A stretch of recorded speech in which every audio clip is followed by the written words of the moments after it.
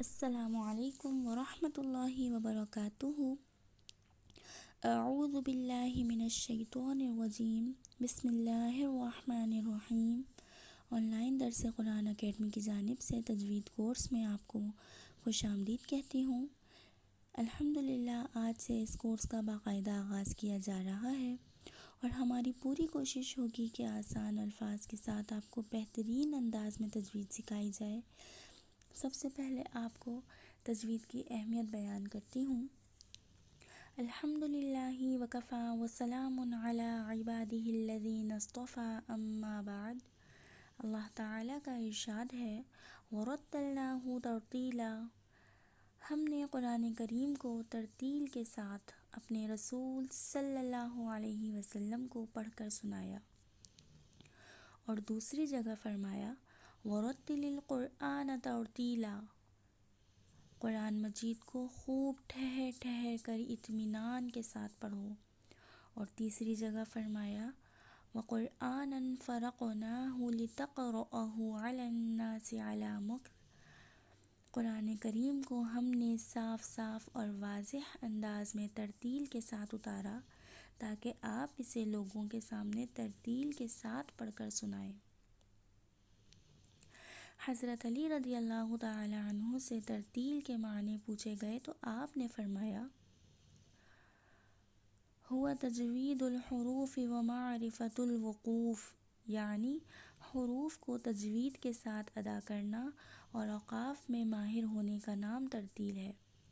مذکورہ آیات سے ترتیل کی عظمت و اہمیت اور اس کا وجوب ثابت ہوتا ہے، اور اس علم کی فضیلت کے لیے اتنی بات کافی ہے کہ اللہ سبحانہ و تعالی نے ان آیاتوں میں ترتیل کی نسبت اپنی طرف فرمائی ہے، نیز اپنے رسول صلی اللہ علیہ وسلم کو حکم فرمایا کہ آپ بھی قرآن ترتیل سے پڑھا کریں اور لوگوں کو بھی ترتیل سے پڑھائیں اور ان کو ترتیل ہی کے ساتھ پڑھنے کا حکم دیں۔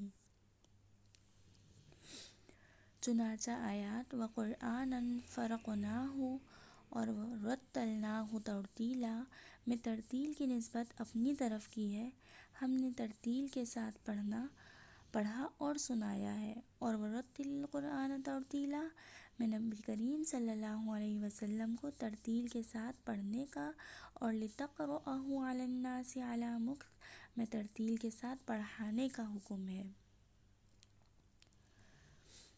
نبی کریم صلی اللہ علیہ وسلم کا ارشاد ہے ان اللہ یحب ان یقرأ القرآن کما انزل، اللہ تعالیٰ کو یہی پسند ہے کہ قرآن کریم جس طرح اترا ہے اسی طرح پڑھا جائے۔ قرآن کریم خالص عربی زبان میں اترا ہے، اس لیے اس کا لب و لہجہ بھی خالص عربوں کی طرح ہونا چاہیے، اور فن تجوید عربوں کا لب و لہجے کو محفوظ کرنے کا نام ہے۔ نبی کریم صلی اللہ علیہ وسلم کا ارشاد ہے اقرأ والقرآن باللحون العرب واصواتها، قرآن مجید کو عربوں کے لب و لہجے کے مطابق پڑھو، یعنی ان کی طرح مخارج و صفات ادا کرو، اور یہی فن تجوید ہے۔ حسنوا القرآن بأصواتکم فإن صوت الحسن یزید القرآن حسنا، قرآن مجید کو اچھی آواز سے پڑھو کیونکہ خوبصورت آواز سے قرآن کریم کے حسن میں اضافہ ہوتا ہے۔ اللہ تعالی ہم سب کو بہترین طریقے سے ترتیل کے ساتھ، تجوید کے ساتھ، اچھی آواز کے ساتھ، بہترین انداز میں قرآن مجید پڑھنے کی توفیق عطا فرمائے، آمین ثم آمین۔